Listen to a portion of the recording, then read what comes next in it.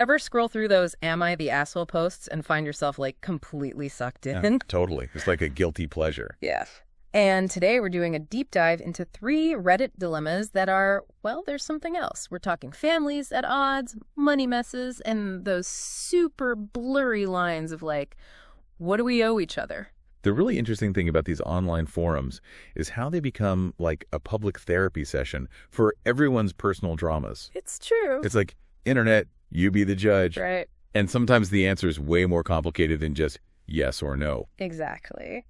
And our first story, oh boy, talk about awkward. It's all about those tricky workplace relationships.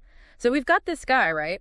He finds himself in a situation with a new coworker, Jess. She's constantly asking for rides from him. Okay, I'm already sensing some red flags. Right, even though he's not comfortable with it. Plus, she's got other ways to get around. It's not like... Not like he's her only option. Exactly. See, this is where those unspoken expectations and the whole pressure to be nice can really backfire. Oh, tell me about it. He's stuck between a rock and a hard place, right? Where saying no feels like he's risking being a jerk. Even if it means putting his own comfort second. Exactly. And then, to make things even juicier, Jess claims she has this, like, debilitating driving anxiety. Okay, so now he really feels like a jerk if he says no. Right. But then the story takes this wild turn, like, hold on to your hats, wild. Mid-drive, Jess has a full-blown panic attack. Oh, no. Abandons her car. No way. And then, get this, she calls an Uber to take her home. Oh, come on. See, this is where I'd be like, hold up a minute. Right. It's a detail that makes a lot of commenters go, something's fishy. Totally. Because if her anxiety is that bad, how on earth does she handle a daily commute, right? Exactly. And that's where the internet detectives come in. Oh, they're on the case. Some people think it's a big, calculated play for attention. Others are like, no, you got to be understanding. Invisible disabilities are real. Which is a fair point. It is.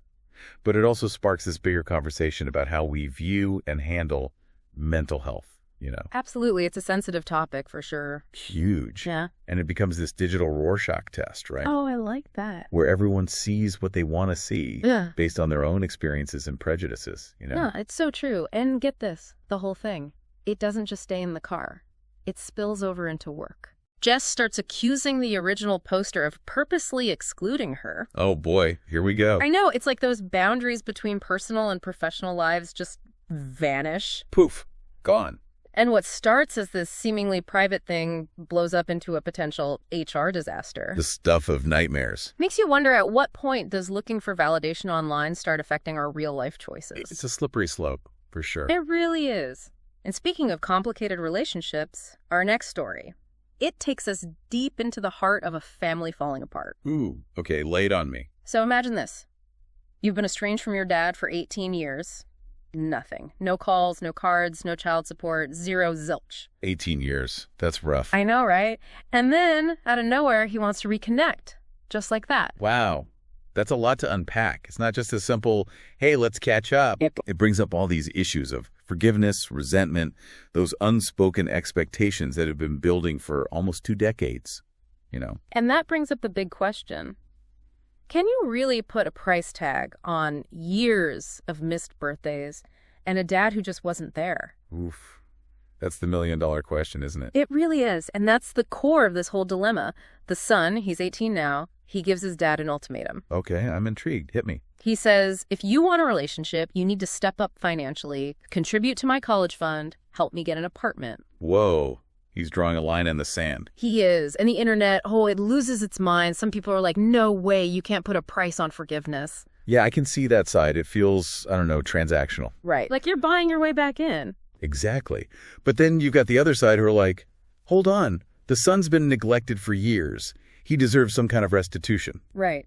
It challenges our whole idea of what families owe each other. You know? For sure. And then there's the question of, is the son being manipulative? Oh, that's a whole other layer. Right. Is it a genuine desire for a relationship? Or is there some, I don't know, strategy going on? It's so hard to tell sometimes, especially when you're just reading a post online. Right? Exactly. You're only getting one side of the story. And this is where it gets even more complicated. The dad, he refuses to let the son meet his half-sisters. Wait, what? He has other kids. He does. And the son doesn't even know them. Nope. The dad claims he needs to protect them until they have a relationship. Oh, it sets off alarm bells for me. Right. A lot of commenters saw that as a major red flag, like maybe the dad's motives aren't so pure. Yeah, it feels controlling, doesn't it? Totally. Like he's holding all the cards. It adds a whole other layer of manipulation to an already super messy situation. It really does. And you have to wonder, is the dad truly sorry and wants a genuine connection? Or is this about making himself feel less guilty? Exactly. And where do these half-sisters fit into all of this? Right. It's like they're pawns in this whole thing. And it just breaks my heart for the son, you know. Totally. He's caught between wanting a dad and all the hurt and anger from years of feeling abandoned. It's a tough spot to be in. It's almost like he's being asked to buy his way back into his son's life, you know? Right. Like, can you just erase years of absence with a check? Exactly. It really makes you think about what family really means. It does. And it's interesting how in these situations, people turn to the internet to figure out what's right and wrong, you know? Totally. The internet becomes the ultimate jury. Right. But even then, with everyone's opinions flying around, You're never going to get a straight answer. never. Everyone's got their own baggage, their own experiences that shape how they see things. It's all perspective, isn't it? It really is.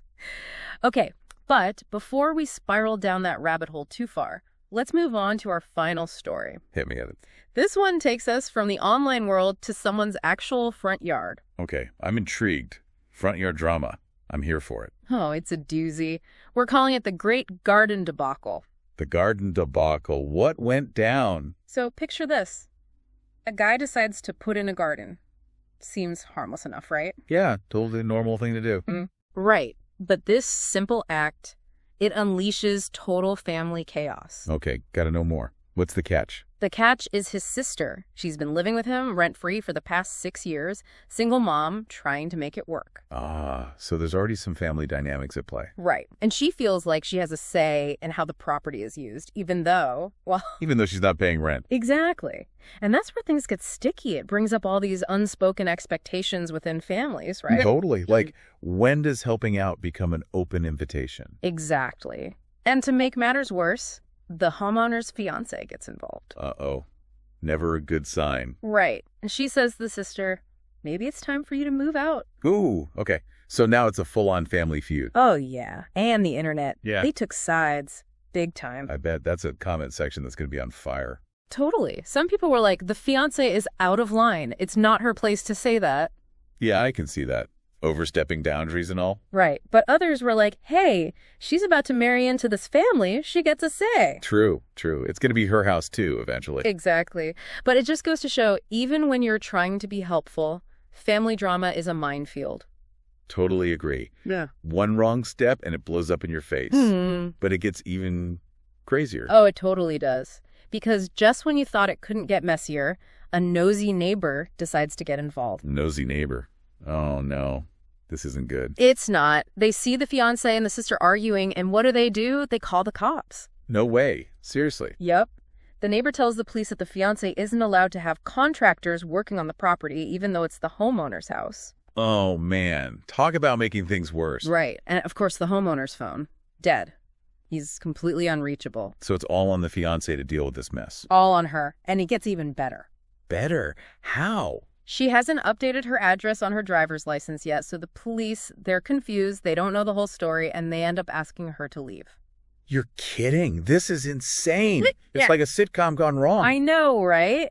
And the homeowner, when he finally surfaces and hears about all this, he is furious. I bet. Can you blame him? He cuts the neighbor off completely, bans them from the property, done. Wow.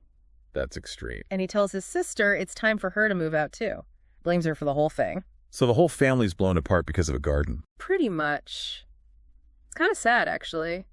But it also makes you think, was the homeowner right to react so strongly? Or did he go too far?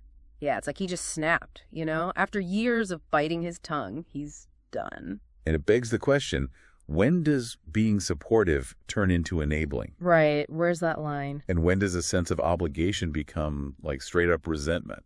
That's a tough one. It really is. And it's something a lot of people can relate to, right? Family stuff, money stuff. We're told family comes first, but Sometimes those ties, man, they can be messy. No kidding. And the price you pay. It's not always just about money either. Absolutely. So much emotional baggage. It's heavy stuff.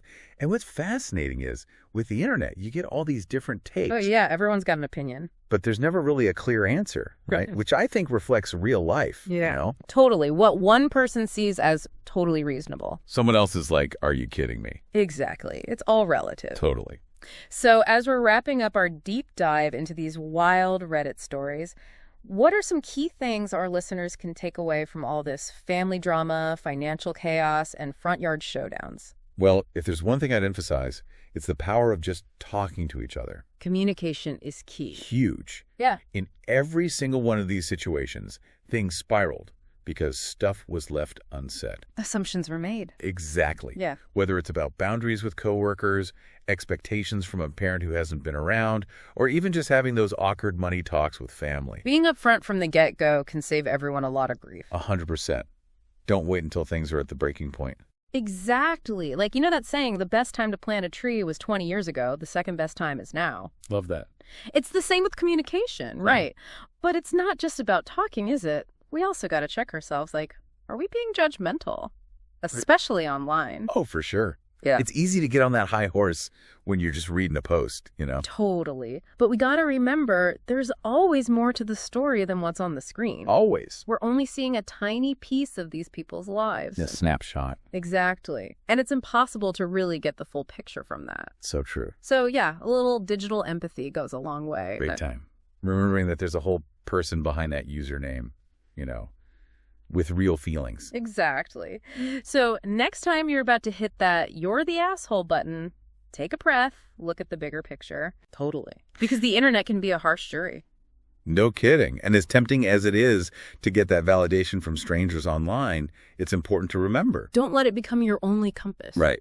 Trust your gut. 100%. So as we wrap up this deep dive, these stories, they're more than just entertainment, right? They're like cautionary tales. Totally. And they make you think about family, relationships, what we owe each other. And they remind us that we all mess up sometimes. Oh, yeah.